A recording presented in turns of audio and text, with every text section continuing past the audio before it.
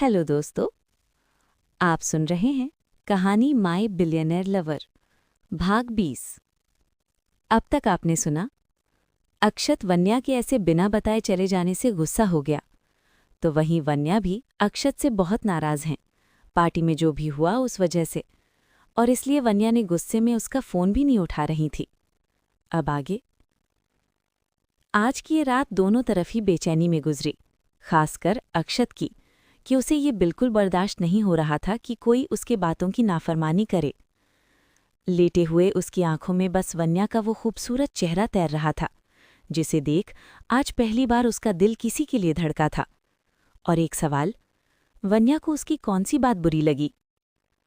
वहीं वन्या भी बिस्तर पर करवटें बदलती हुए सोने की कोशिश कर रही थी, पर अक्षत के करीबी के वो कुछ लम्हे अब भी उसके बदन पर सरसरी की तरह महसूस हो रहे थे। पर उसकी कानों में माया की कही बातें उसे जाने क्यों परेशान कर रही थी।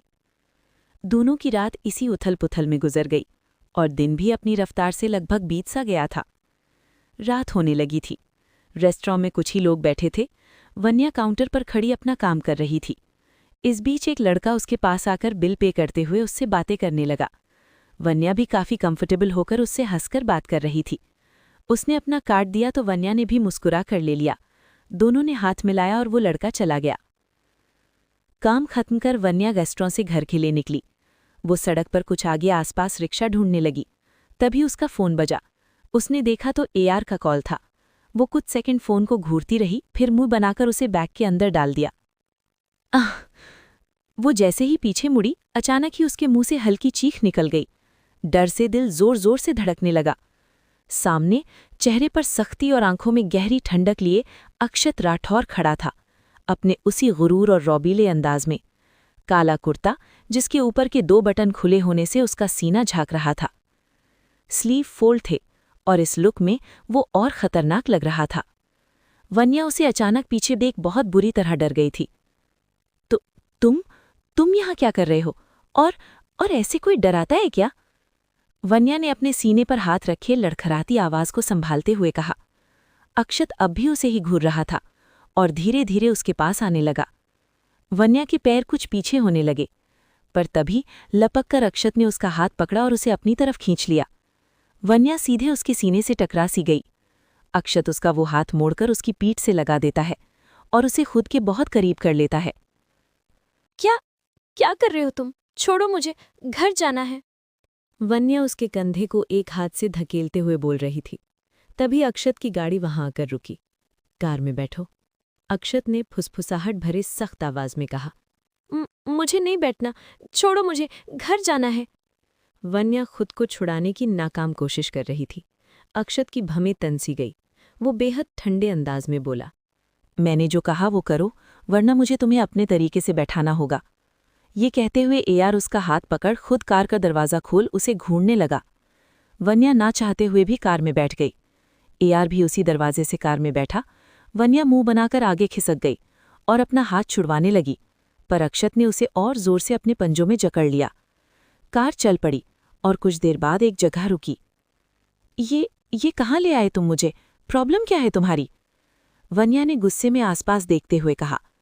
वो दोनों इस वक्त एक समंदर के किनारे रेत पर आती जाती लहरों के बीच खड़े थे। आसपास बहुत कम रोशनी थी और लोगों का कोई नामो निशान नहीं। दोनों अकेले ही थे वहां। अक्षत उसे घूरते हुए उसके करीब आने लगा। आंखें अब भी उतनी ही सख्त थीं, जिनमें कितने सवाल और कितने ही हुक्म वन्या को घूर रहे थे। उसे ऐसे अपने करीब देख वन्या सहमी सी पीछे होने लगी। क्या कर रहे हो? करना क्या चाहते हो तुम? वन्या की आवाज कांप रही थी। हवा में लहरों का शोर था।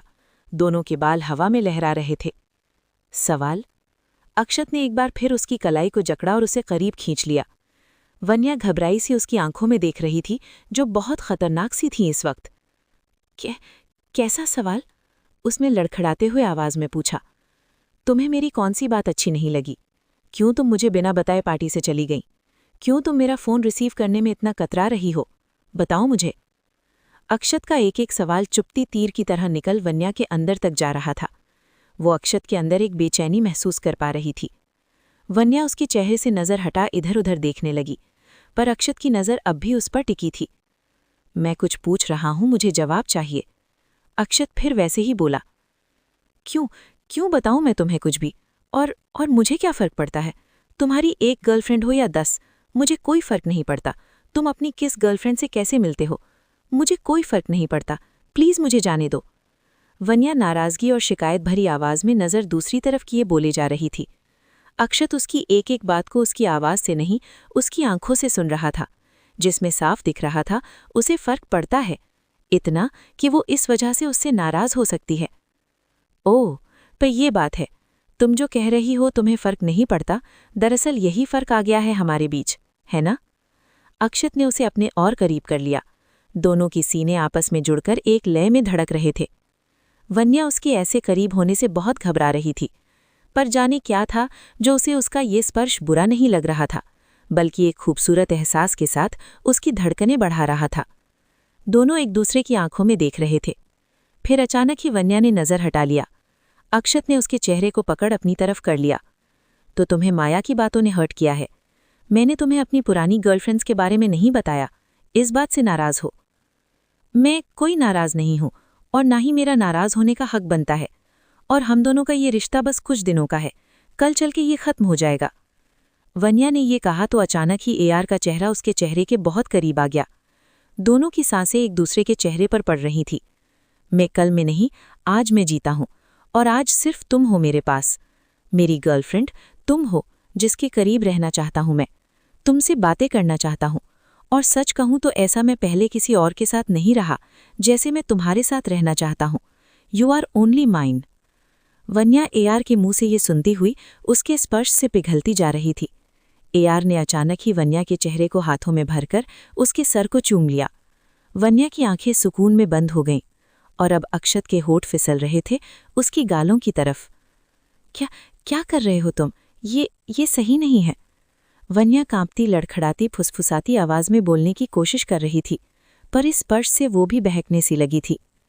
श्श, कुछ गलत नहीं है वन्या, तुम मेरी हो, और तुम्हें मेरे अलावा कोई और नहीं छू सकता। दोनों के अंदर एक बिजली सी दौड़ रही थी।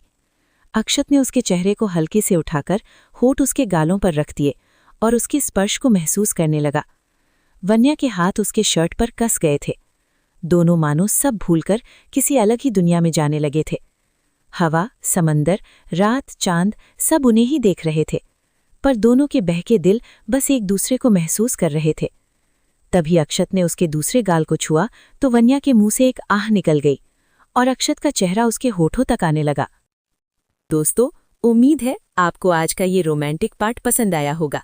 जो भी इसके आगे के भाग को जल्दी सुनना चाहता है वो हमें कमेंट के साथ सब्सक्राइब भी कर लें, प्लीज। और जिन्होंने हमें सपोर्ट किया है सब्सक्राइब और कमेंट लाइक करके, उन्हें दिल से शुक्रिया। जल्दी अगले भाग के साथ मिलती हूँ, तब तक सोचो आगे क्या होगा।